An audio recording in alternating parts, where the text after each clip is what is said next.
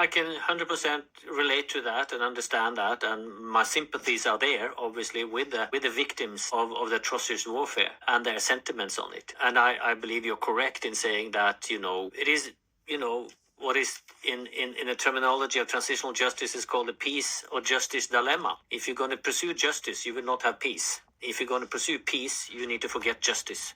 And that is a concrete, real dilemma in political transitions as this, after war. And it is the victor who decide what kind of justice should be meted. And the victors are still, are in Asmara and Addis. The loser, the defeated, is Tigray, is TPLF, TDF, call it whatever you want. You were defeated in the war, and you are not in any position to impose any kind of accountability or justice. So then the political elites, in order to continue to be relevant, they need to seek, those new alliances. And the capital they do have, the political capital they do have, is exactly to tone down who are to blame for the genocide in order to sell them as a relevant partner to whoever they want. But again, they could have taken the stand, as you say, that, and I think partly they do somehow. They don't, Debretsion is still mentioning the genocidal war. He just don't attribute blame directly. And I think also Getachew is doing something on the same line in that regard.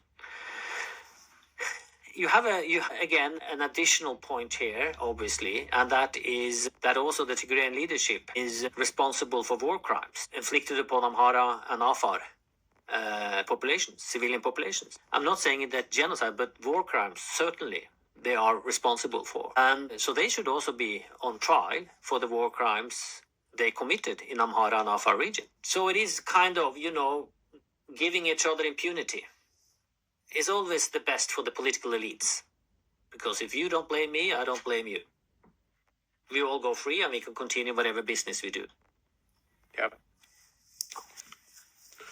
Well, I am alternating between an objective interviewer and some Tigrayan who has been deeply involved and emotionally affected by the whole thing. And when I see some things, I feel humiliated sometimes. So, and you could see that. So I fully understand that. I sympathize with that. Excuse me for that. Yeah. But so that was from the point of view of the TPLF and from Isaias. But then we have the Ethiopian regime. And I think we could start with what happened yesterday. The former president, who many people believe is acting on behalf of the regime with the green light from Abiy, said that the international community should push for Eritrea to withdraw from Tigray. So an acknowledgement that Eritrea is occupying Tigray. And the reason, many people suspect, the reason the Ethiopian regime is doing that is not because out of genuine concern for Tigray, but because they are trying to create tension between Tigray and Eritrea because of the alliance that we just mentioned. How are you reading in terms of what the Ethiopian government has been saying? And you will have noticed they are also talking a lot about port, about the need to take Assaport by force or by peace. And when they see that, I think everybody understands that they mean by war. So tell us a little bit about your take on that.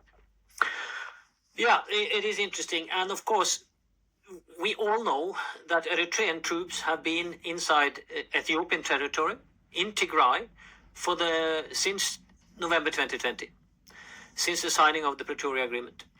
2022. Yeah, November 2022. And many of us, international, myself included, but also Tigrayans, have called out to the international community, but certainly I have explicitly called out to the Ethiopian government, why don't you protect your own citizens when you let Eritrean troops rape Tigrayan women still and abduct Tigrayan people and extort Tigrayans in northern Tigray? So others have been silent on this. Others have been silent on this until now. So then I agree with you. As an analyst, then we should think, since Addis Ababa have been silent for 2.5 years on the fact that Eritrean troops are on Ethiopian territory in Tigray, why are they calling it out now? Why this time? And then you look at that bit of information and connect it to all the argument over the last year and a half on access to the sea, on that Ethiopian borders stop with the Red Sea, that Ethiopia has historical right to the Red Sea, that Ethiopia has always, historically for 2,000 years, has a port in the Red Sea, that all kind of narratives, all kind of explanations, some of them quite interesting, ethnographically. The use of the Afar, for instance, the connection that Afars are Ethiopians, Afars have the Red Sea, hence the Red Sea is Ethiopian. Revisiting the agreement, both the Algiers agreement, Ethiopian officials explicitly have stated that the Algiers agreement is nullified, and hence also going back to the 1993 referendum, saying that, that was conducted not properly, since the Ethiopian constituency was not allowed to vote. We should question the referendum as a legitimate means to grant Eritrea independence in 1993. All these issues are raised again by either direct officials of the Ethiopian government or their proxies. So certainly it is, and you have a huge kind of social media campaigning on hashtag Red Sea, so to say, for Ethiopia.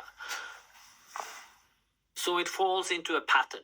And then suddenly we have a semi-official statement arguing that Eritrean troops are occupying parts of Ethiopian territory and calls for international attention to this fact, suddenly, out of the blue. And then in international law,